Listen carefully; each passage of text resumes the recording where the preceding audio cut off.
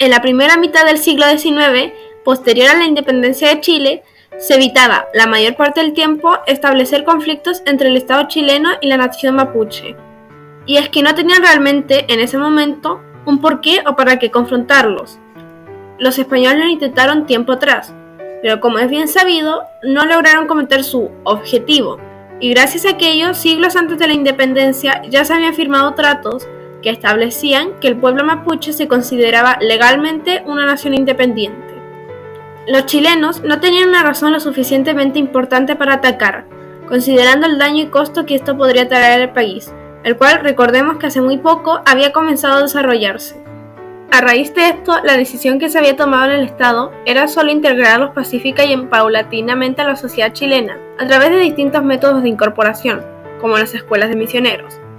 Entre estos años, el pueblo mapuche era, de hecho, admirado por una vasta cantidad de ciudadanos, que los consideraban como la verdadera representación de esa independencia y resistencia que tanto se hablaba en ese entonces. Eran para ojos de varias personas, sujetos nobles o hasta modelos a seguir. Incluso figuras importantes de esa época hablaron positivamente de los pueblos indígenas. Un ejemplo de esto sería Ignacio Domeyko, que determinó el carácter mapuche como afable, honrado, susceptible de las más nobles virtudes, hospitalario, amigo de la quietud y del orden, amante de su patria y por consiguiente de la independencia de sus hogares, circunspecto, serio, energético, parece nacido para ser buen ciudadano. Los hombres de este temple no se convencen con las armas, con ellas solo se exterminan o se envilecen. En ambos casos la reducción sería un crimen cometido a costa de la más preciosa sangre chilena. O Vicente Pérez Rosales, que en su momento los definió como hombres laboriosos y tranquilos. No obstante, no todo iba a ser siempre paz y tranquilidad, en especial en ese contexto, ya que a mediados del mismo siglo surgió un fenómeno social apodado históricamente como la fiebre del oro en California, denominado así gracias a que cerca de un pueblo estadounidense llamado Coloma se encontró inesperadamente oro. Esto llevó a que varios extranjeros, en su mayoría ingleses y australianos, decidieran viajar a Estados Unidos para conseguir más ganancia. Sin embargo, en el oeste se encontraban diversos pueblos originarios y para los países mencionados anteriormente era más conveniente cruzar una gran parte del océano Atlántico, pasando por el estrecho de Magallanes, hospedándose en diversos lugares de América del Sur y luego hacer un viaje más directo hacia California, que ir directamente a Estados Unidos. En esto, el Estado chileno vio una oportunidad. Como los anglosajones han decidido viajar por el sur, podríamos aprovechar estas circunstancias para hacer crecer económicamente nuestro país, ¿no creen? Pues al adquirir esos extensos territorios seríamos capaces de plantar mucho más trigo y de mejor calidad, para luego vendérselo a aquellos ingleses y australianos que tan obsesionados con el oro están. Simultáneamente, se empezaba a estudiar más a profundidad la división que existía entre Chile y el territorio autónomo indígena. Y es que en la época previa a la independencia, los españoles generalmente les permitían a los mapuches disfrutar de una autonomía firme y segura, pero con este nuevo país que decidía admirar las ideas de independencia y libertad económica, y que además se consideraba a sí mismo como dividido, se esperaban muchas más problemáticas, conflictos y peligros. Y no solo eso, otros factores políticos que influyeron en que se cambiara la mirada que se tenía sobre los pueblos indígenas fueron la disputa que se tenía acerca de la delimitación fronteriza entre Chile y Argentina, ya que los mapuches no consideraron a la cordillera de los Andes como un límite natural geopolítico. La incorporación de algunos de estos últimos en el denominado bando rebelde en la Guerra Civil o Revolución de 1851 también afectó, y la autoproclamación como rey de la Araucanía por parte del francés Odellier Antoine de Tonans, admirador de la lucha independentista mapuche, y que, según algunos, contaba con el apoyo del gobierno de Napoleón Bonaparte, haciendo temer a las autoridades chilenas de una posible alianza entre los mapuche y los franceses. Obviamente, considerando todo lo anterior, esta ocupación de los territorios no se desarrollaría en forma pacífica ni moderada, solo que esta violencia primero se presentaría verbal y socialmente antes que físicamente.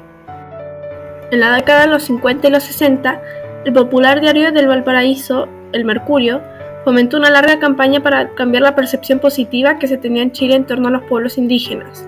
Consistía, en palabras simples, en exagerar sus supuestos rasgos negativos, haciéndolos ver como salvajes codiciosos o bestias incivilizadas, contrastando con la imagen de estas tierras sureñas llenas de belleza y riqueza que, según el diario, aquellas bestias estaban maltratando y echando a perder. Ejemplos claros de esto son las páginas de El Mercurio, que en 1859, el 11 y 4 de mayo respectivamente, decían: no solo se oponen a la civilización por la fuerza de sus pasiones y costumbres materiales con que están brutalmente halagados, sino por sus ideas morales que tienen bastante malicia y cavilosidad para discernir. El araucano de hoy es tan limitado, astuto, feroz y cobarde al mismo tiempo, ingrato y vengativo, como su progenitor del tiempo de Ercilla. Vive, come y bebe licor con exceso como antes. No han imitado ni inventado nada desde entonces, a excepción de la asimilación del caballo, que singularmente ha favorecido y desarrollado sus costumbres salvajes. Todo lo ha gastado la naturaleza en desarrollar su cuerpo, mientras que su inteligencia ha quedado a la par de los animales de rapiña, cuyas cualidades posee en alto grado, no habiendo tenido jamás una emoción moral.